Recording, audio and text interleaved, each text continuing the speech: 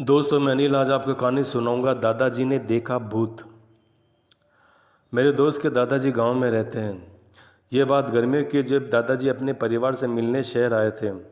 दादाजी जब अगले दिन वापस गांव जा रहे थे तभी ये घटना उनके साथ हुई। शहर से गांव की दूरी 5 घंटे की।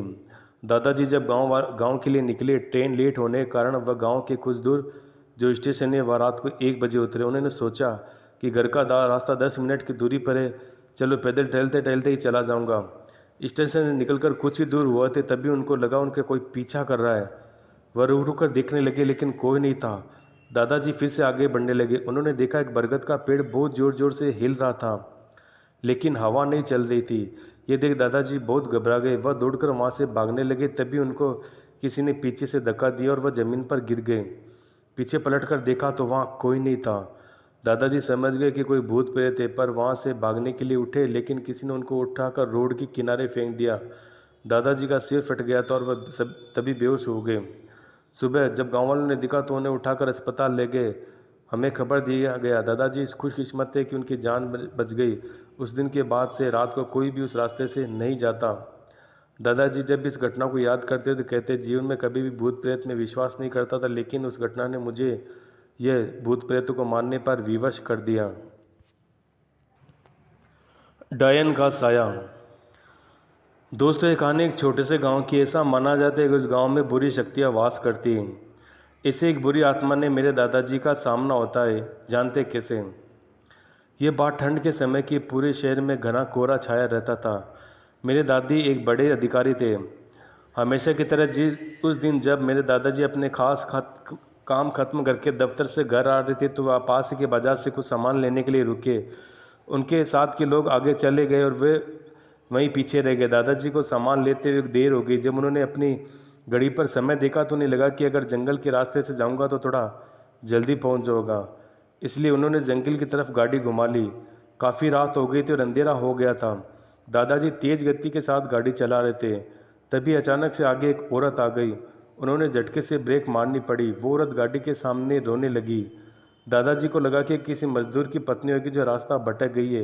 इतनी रात को उन्होंने किसी महिला को अकेला छोड़ना सही नहीं लगा। उन्होंने उसकी सहायता करने की सोची। दादाजी ने उनसे पूछा, तुम कौन हो? इतनी रात को इस जंगल में क्या कर रही हो? उसने उसका कोई जवाब नहीं दिया और ज़ोर ज़ोर से रोने लगी। इतनी तेज़ तेज़ रोने लगे कि पूरा जंगल ही उसकी आहटों से एकदम गूंजने लगा। तभी दादाजी ने देखा कि उसके पैर कुछ उल्टे थे। दादाजी समझ गए थे कि ये एक डायन है। तभी दादाजी ने मन ही मन में भगवान का नाम लेना शुरू कर दिया। तभी वो दादाजी से डरकर चाहे डायन कुछ दूर चलने लगी। तभी उस डायन ने कहा कि आज तो भगवान के कारण बच गया। दोबारा अगर मुझे इस तरफ मिला तो दोबारा तू नहीं बचेगा। तेरा पूरा खून पीकर तेरा बोटी बोटी नोच नोच कर खा जाऊंगी। मसान का खौफनाक चेहरा। दोस्तों मेरा नाम दीपक गुप्ता। जो कहानी मैं आपको बताने जा रहा हूँ वह कहानी सत्य घटना पर आधारित है। यह कहानी हमारी दादाजी ने मुझे बताई थी जब अपने गांव में रहता था। यह कहानी उस समय की जब मेरे दादाजी लोको पायलट का काम करते थे और वो ट्रेनों को चलाते थे। उनका कोई भी समय नहीं होता था। उनको रात रात भर ट्रेनों पर जाना पड़ता था। आप सभी लोग जानते होंगे कि बहुत सारी ट्रेनें रातों का सफ़र तय करती है जो कि बहुत लंबी यात्राओं पर जाती हैं। मेरे दादाजी एक बहुत ही अच्छे व नेक व्यक्ति थे। वे हमेशा दूसरों से मस्ती तथा हंसी मजाक करते थे। वह बहुत अच्छे स्वभाव वाले व्यक्ति थे। उन्हें सभी लोग लीलाधर कहकर बुलाते थे। एक दिन वह रात को ट्रेन चला रहे थे। उसी समय तकरीबन 3 बजा होगा।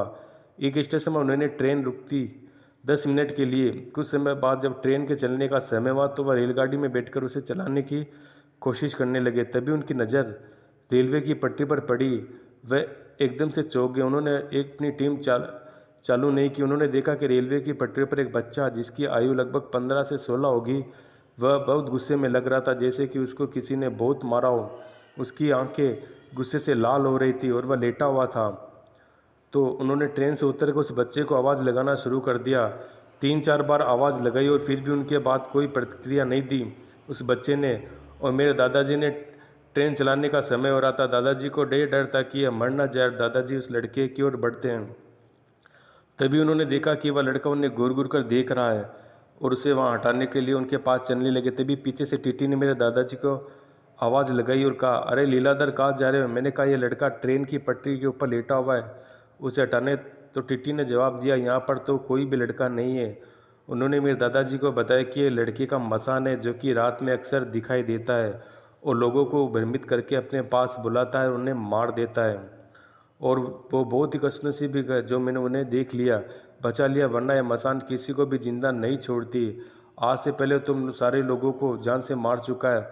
मैं तुम्हें अपने जाल में फंसा रहा हूँ, या उसका जाल है और वह तुम्हें मार कर खा जाएगा। फिर दादाजी कहते हैं, नहीं, यदि वह सही में कोई लड़का हुआ तो। टीटी कहता है, अब तुम ट्रेन चलाओ, जब उसके ऊपर से ट्रेन चलेगी यह धुआं बनकर उड़ जाएगा। फिर दादाजी ऐसा ही करते हैं और वह मसान धुआं बनकर उड़ जाता है। दादाजी आज पहली बार भूतों से सामना करते हैं।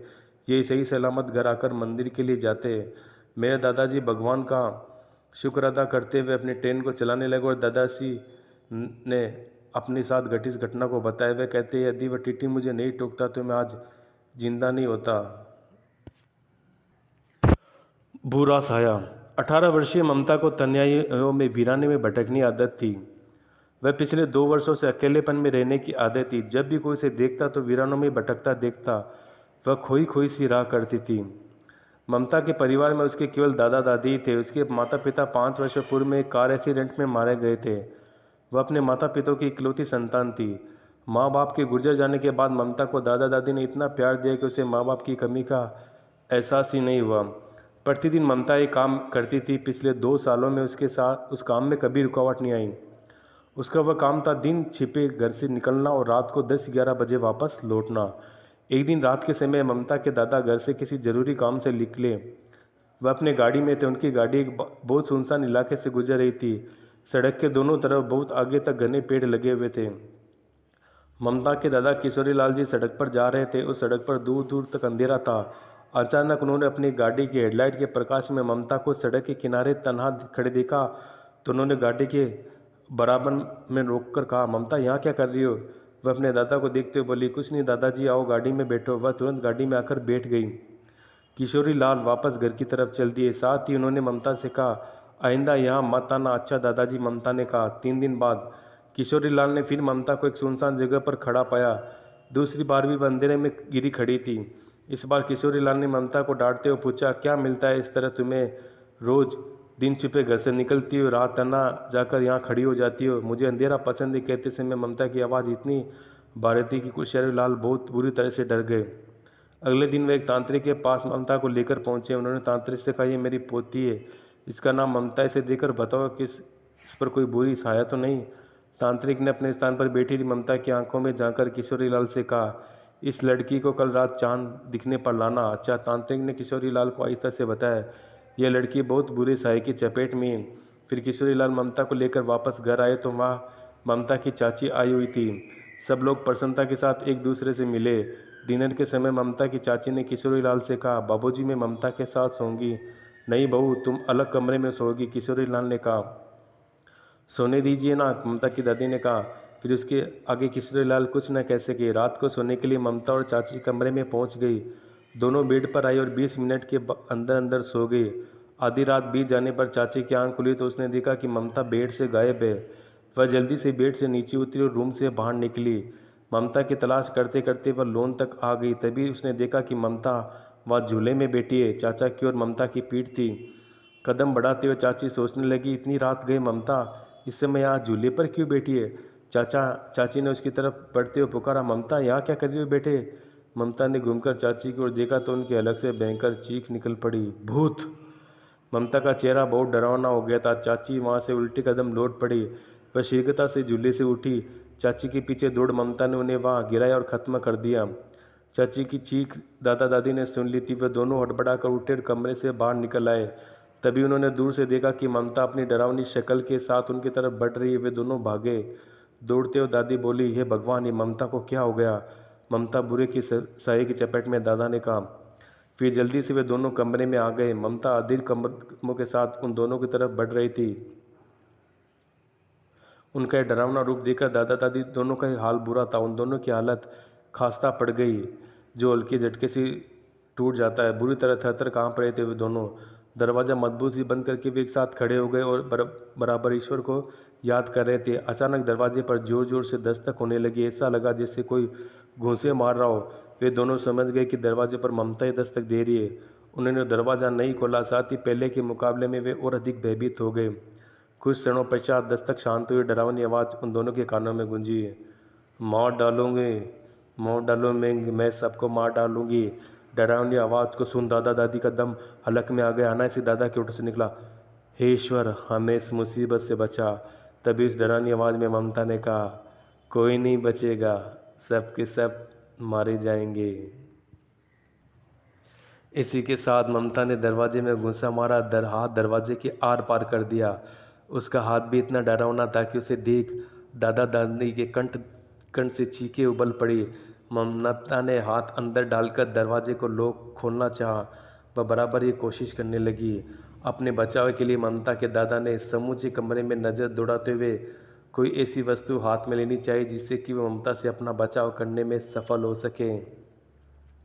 तभी उनकी नज़र दीवार पर टंगी एक तलवार पर पड़ गई। उनके पुरखों से चली आ रही है तलवार उनकी नस्ल दर नस्ल अपने साथ लेकर चल रही थी। विरासत में मिली इस तलवार को उन्होंने जैसे ही संभाला, वैसे ही ममता दरवाज़ा खोलकर अंदर चली आए। उसी समय उसके दादा ने उसकी तलवार से उसकी गर्दन काट डाली।